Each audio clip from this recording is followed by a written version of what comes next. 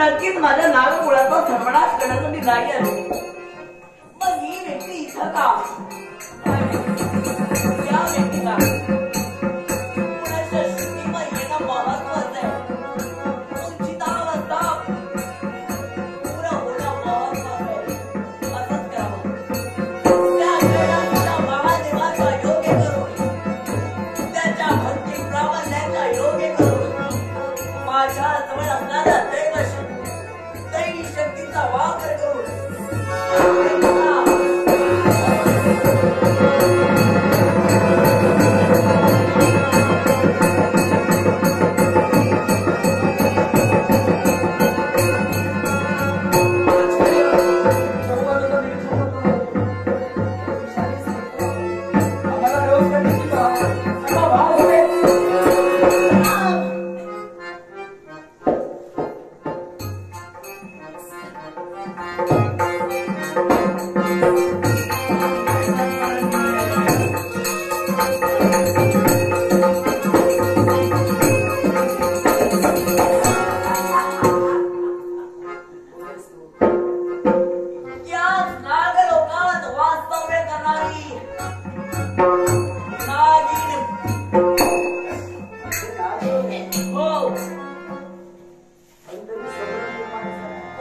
हे सध्या नागोर असे हा आम्हाला न्यायचे एका सरोवरात आम्ही उभे होतो. त्या सरोवरात असणाऱ्या विवरात सुद्धा प्रवेश केला. पुढे काय घडलं आम्हाला ज्ञात नाही. मग आम्ही इथं कसे? पण ज्यावेळी डोहात तुम्ही उडी टोकण्यासाठी तत्पर झालात त्याच विमलाच्या योगे करून आपलं आगमन झालं ते या नागलोकात. आपलं वास्तव्य आहे ते या नागलोकात. म्हणजे या नागलोकात आमचं आगमन झालं. हो. या नागलोकाच्या ठिकाणी तुमचं वास्तव्य सत्य. योगायोगानं तुमची आमची ग्रंथिका झाली. हा. आता भरी आमचं आगमन झालंय. असं जरी असलं ते तरी सुद्धा माझं कर्तव्य मला हार देते. पण थांबा पुन्हा आणि या नागलोकात माझं वास्तव्य माझं वेशाचा राजकथा राजा चंद्रांग राजकते एक क्षत्रिय राजकते राजा चंद्रांगत आपलं आगमन नागलोकात नक्कीच झालंय. आपण पुनश्च आपल्या राजलोकापर्यंत जाणार इच्छित आहात. निश्चित माझं कर्तव्य मला हार देते. आपण जरूर चला. पण तुमच्या कर्तव्याआड मी येणार नाही. पण साम्राट मला तुम्हाला काहीतरी सांगायचं आहे. हे माझा ओरड नागलोकात झालं. तुमची आमची भूमिका झाली. यात कदाचित आम्हाला सहकार्य सुद्धा तुमच्याकडे लावलं गेलं. अनंत जन्मांतर मी राजा चंद्रांकडे याच्यासाठी माझं कर्तव्य मला फार महत्वाचं आहे. माझी प्रजा संकट आहे. आपण जरूर चला. पण तत्पूर्वी माझ्या मनातील हेतू माझ्या मनातील इच्छा आपण ऐकून चला. आणि तुमच्याबद्दल इच्छा आवडते ते आणि हेतू आवडतोय. कोणती इच्छा ऐकायचंय सांगा. मग ऐका. काय ते?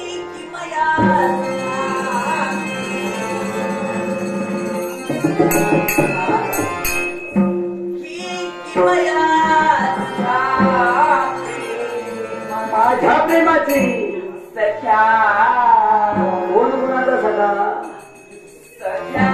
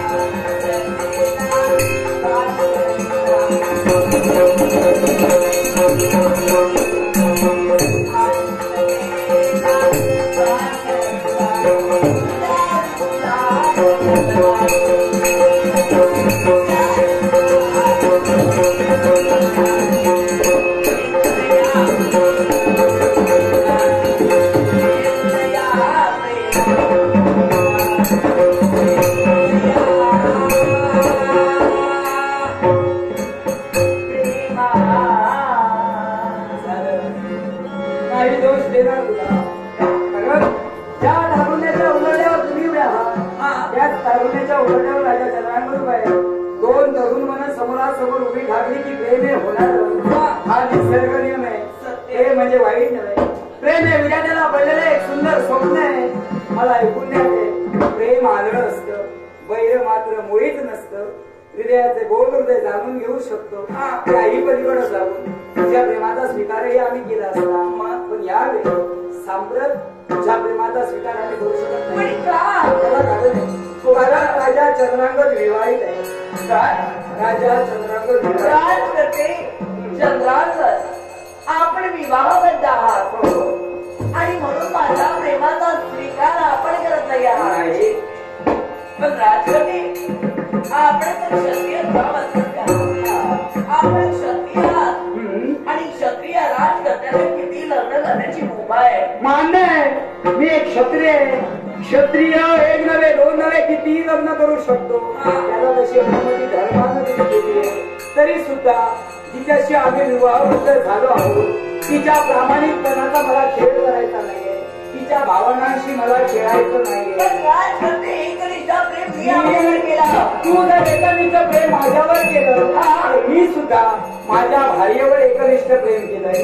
अर्थात मी माझ्या प्रेमाशी एकनिष्ठ आहे. मला तिचा विश्वासघात करायचा. तुम्ही तुमच्या प्रेमाशी एकनिष्ठ नाही, पण तुम्ही आहात ते अर्थात लाख लोकांचा भेद करून आपण आपल्या राज्यापर्यंत कदापि जाऊ शकत नाही.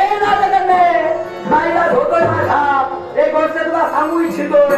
तुझा जन्म नागपुरात झालाय. मी एक मध्य मानव आहे. यापूर्वी मध्य मानवांचे नागकन्यांचे संबंध कधी जुळले नाही. ते यापूर्वी घडलं नाही. मला घडविण्याची इच्छा नाहीये. कदाचित नाग लोकांचे आणि क्षत्रिय संबंध जुळले नसतील, पण यापुढे नव्याचा आदर्श आपण विश्वासावर ठेवू शकतो. आता या नागरिकतेचा स्वीकार आपण आदर्श निश्चित विश्वासावर ठेवावा. पण तो कोणता? त्या आदर्शानं तत्वाला स्वतःच्या विधानाला माझ्या क्षत्रिय कुळाला परंपरा लागता उपयोगाचा नाही.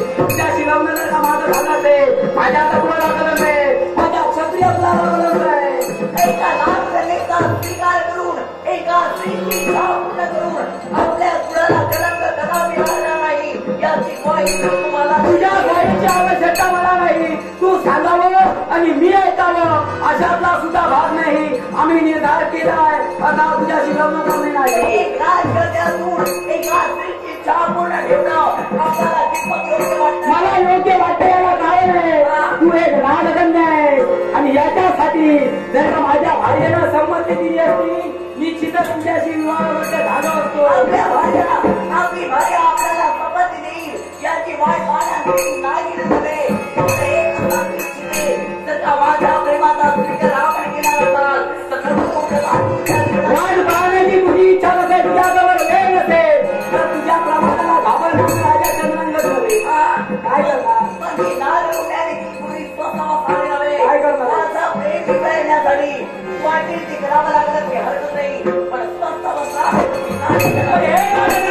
सुद्धा माहित असेल. या कदाचित तुला वाटत असेल तुझ्या तुझ्या माझे पराक्रम संपले तर या अजूनही माझे पराक्रम माझ्या अंगी आहे. पण एवढी पराक्रमाची पराक्रम करू इच्छित असाल तर या नागकलेच्या अंगी देखील पराक्रम आहे. माझ्या प्राप्तीसाठी जर का तू झगडत असशील मला सुद्धा माहिती स्वतःच्या अंतरी झालेली इच्छा बोलल्या चिंतन पूर्ण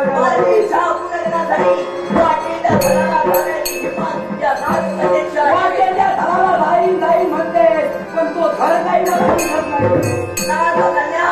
आपल्याला एक सांगू इच्छिते या नागकलेचा स्वीकार आपण करू इच्छित असाल तर स्वतःच्या जीवनाचा विचार करा. आपण परिणामाची चिंता केली असते. त्या रणकुमा उडी झोपली असते. त्यावरती या भक्ताच्या रणकुमा राणी उडी झोपली. पाय भाकरून महाराजांना एवढीच मनाची मनी निर्माण झाली असेल तर नागरिकांच्या स्वतःला नव्हे आज मला तुटलेला नाव जर का पिढ्याच्या पासे तर तो हात पडल्याशिवाय मग माझा नाव कितपत योग्य आहे ते पटवून देण्याचं सामर्थ्य सुद्धा राजा नागकन्या तुम्हाला आव्हान करते. तुझ्या आव्हानाला प्रति आव्हान वाटे काय करणार आहे?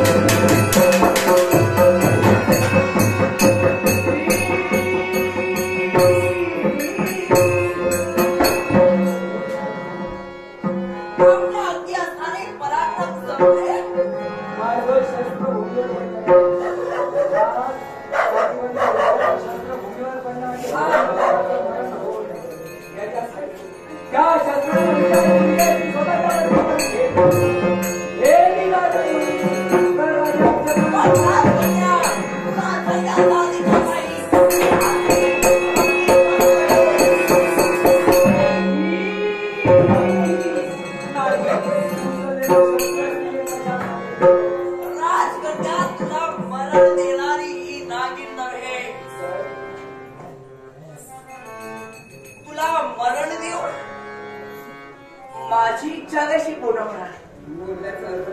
एकच, तू पराजित झालाय, मग तुला संधी देते. माझ्या देवावर अधिकार अजूनही माझ्या प्रेमाचा स्वीकार कर.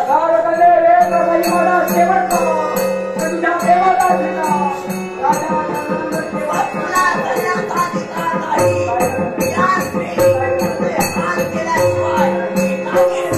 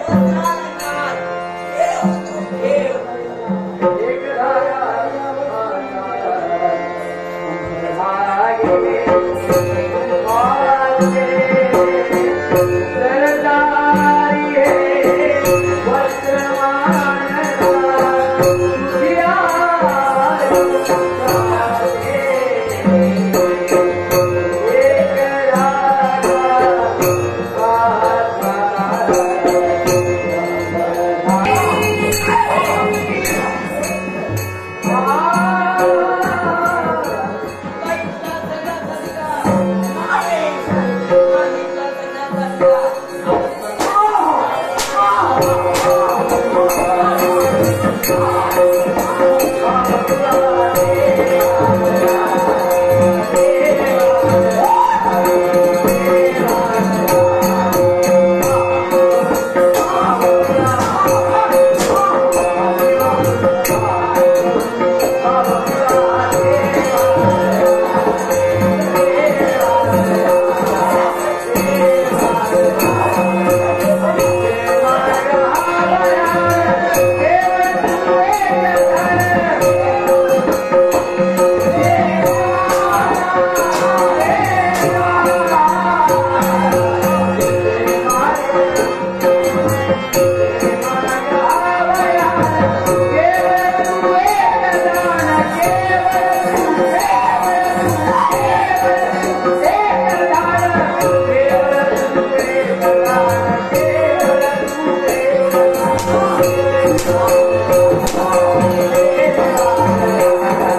हे